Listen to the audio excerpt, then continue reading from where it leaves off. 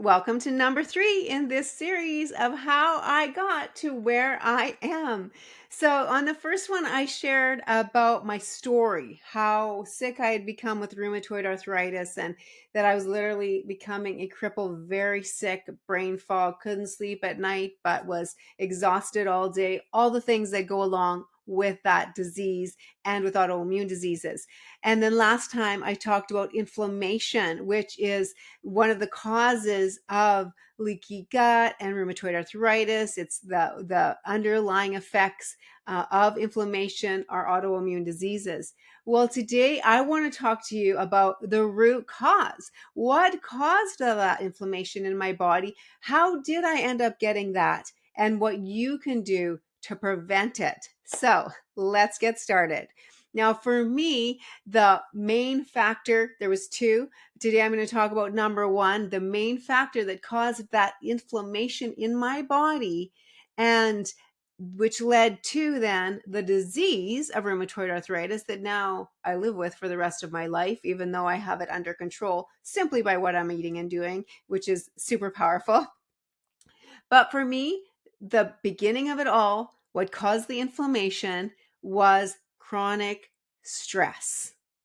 Now, I should rephrase that. Not necessarily the chronic stress is what caused the inflammation. Me not managing stress is the cause of that inflammation. It's not that I was under extreme amounts of stress in my life at the time. No, it was what was going on in my mind and how I let my thoughts get away on me and the stress that I built up inside of me that led to that inflammation, that led to the autoimmune disease, that led to me becoming a cripple and very, very sick. Unbelievable. There is so much power in stress. Like, it has huge effects on us. Seriously, way more than you probably even realize. Chronic stress has been led to the initiation and progression of so many different diseases caused by inflammation. And when stress is experienced over a prolonged period of time, it activates the body's stress response, leading to the release of stress hormones, one of which is cortisol. So excessive cortisol can disrupt the balance of our immune system. And that's exactly what happens when you have an autoimmune disease. When your body is inflamed, whether you have an autoimmune disease or not, that inflammation can show up in many different ways. But when your body is in a chronic state of stress, it leads to chronic inflammation and your body fighting and trying to heal you and compensate. Inflammation is a natural response of the immune system. And research shows that chronic inflammation triggered by stress is associated with conditions such as cardiovascular disease, metabolic disorders, mental health conditions, and in my case, autoimmune disease. Another factor with stress is many times it is contributed to weight gain. You may be eating just right. You may be doing the movements, the exercise. But if your body is in a chronic state of stress, your mind is constantly in the fight or flight mode, guess what? The weight is not going to come off.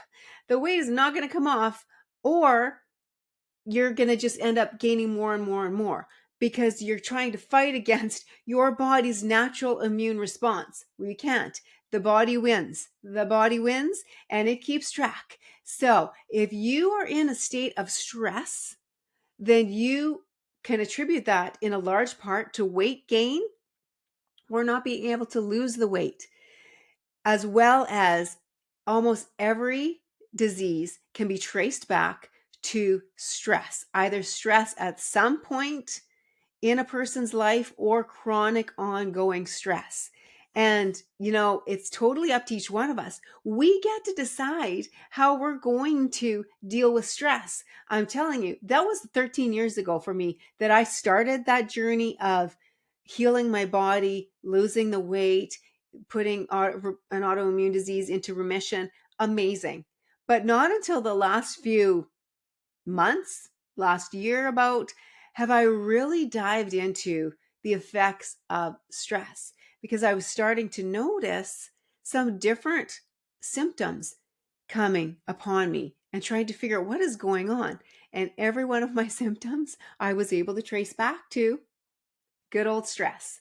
And not necessarily, like I said, stress, but the management or the lack of management of stress.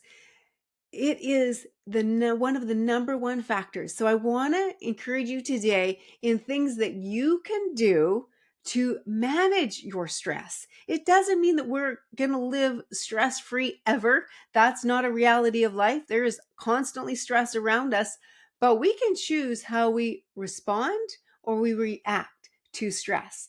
So I want to give you a few things today that I'm putting into practice that you also can put into practice to help you to manage your stress. Number one in managing stress is healthy movement. This is huge. You've probably heard this before, that exercise is the most underrated form of antidepressant. It is absolutely true. Now, whether this is slamming out a workout in the gym, if you're in a high stress situation, I, as your coach, wouldn't necessarily recommend that, because we need to also pay attention to where your body is in line with this stress. By stressing it with high intense trainings and hard workouts can actually increase the problem, can actually increase the inflammation in your body. So you need to be very mindful of that.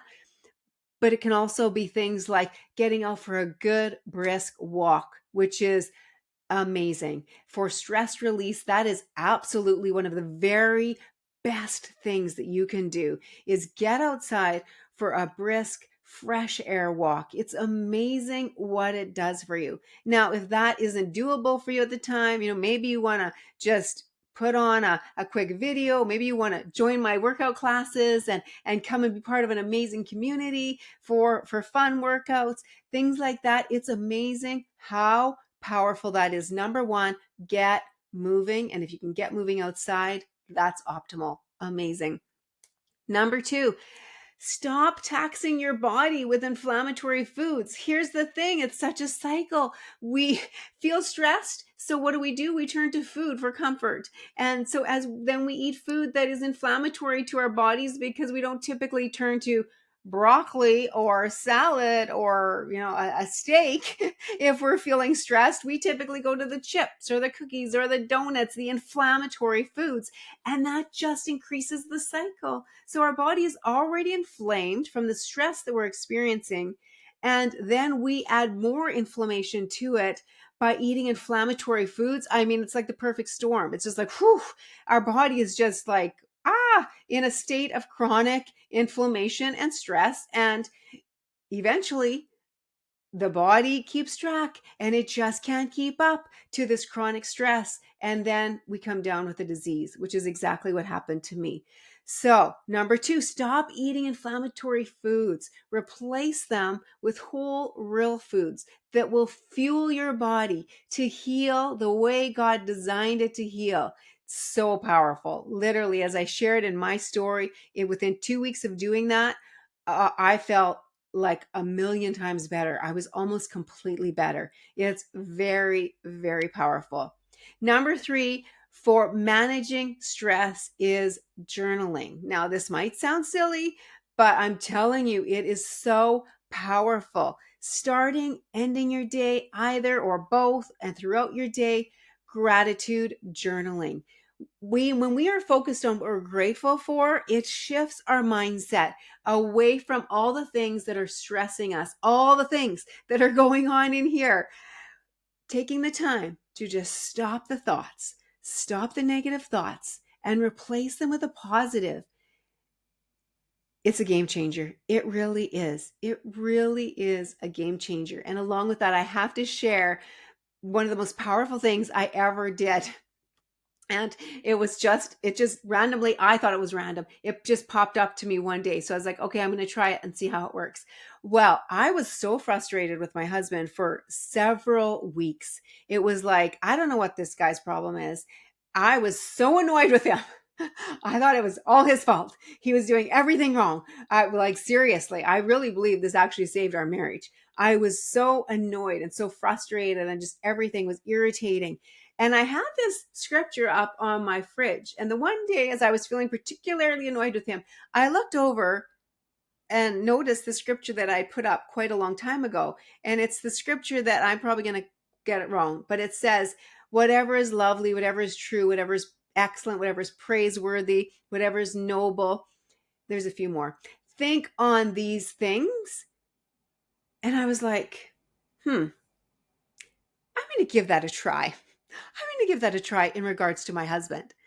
So now, if you know my husband, you're probably laughing right now because he is one of the nicest guys.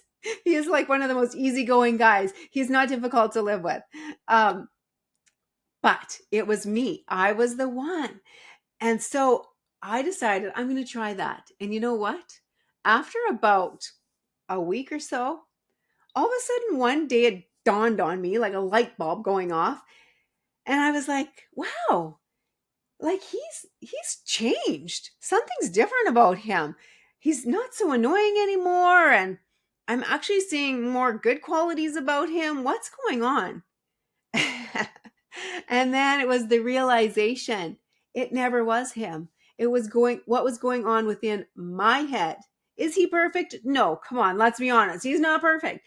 But the things that he was doing, I was finding extra annoying because I was letting the negative thoughts roll around in my head. And once I chose to stop that and choose to focus on the pure thoughts, the excellent thoughts, the praiseworthy thoughts about him, the truth about him, all those things, it completely shifted it in my mind. It completely shifted everything in regards to our relationship. I showed up as a different person into that relationship. And you know what that does? The other person tends to show up as a better version as well. That is so powerful for managing your stress. So powerful. Taking control of those thoughts, shifting the negative into positive with gratitude. Instead of focusing on the negative, focus on the gratitude, focus on the things that you have to be thankful for. So taking that time, either like I said, at the beginning or the end of your day, or even better, several times throughout your day, and focusing on gratitude and on the pure, lovely, true, amazing things that you have to focus on instead of the negative, that is a game changer when it comes to your stress. Now, like I said, it's not like you're not going to have stress, and it's not about not having stress. It's about managing the stress that you do have. And the amazing thing, we each have our own choice. That's the best part. We each get to decide for ourselves whether we are going to choose to let that stress run away on us, increase in our bodies, increase the inflammation in our bodies, lead to disease, and then we have all other kinds of things to deal with and even more stress, that hamster wheel.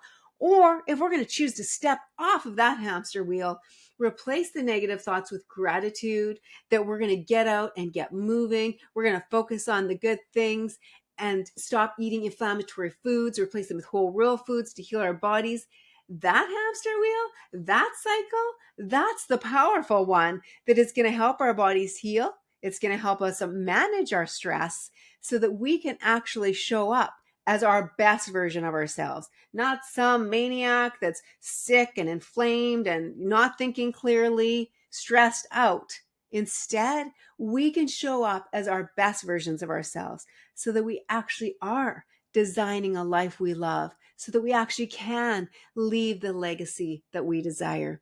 I hope this has helped. I hope you will choose to manage your stress and focus on becoming your best version of you, because I know that you want to design a life you love. Have an amazing day.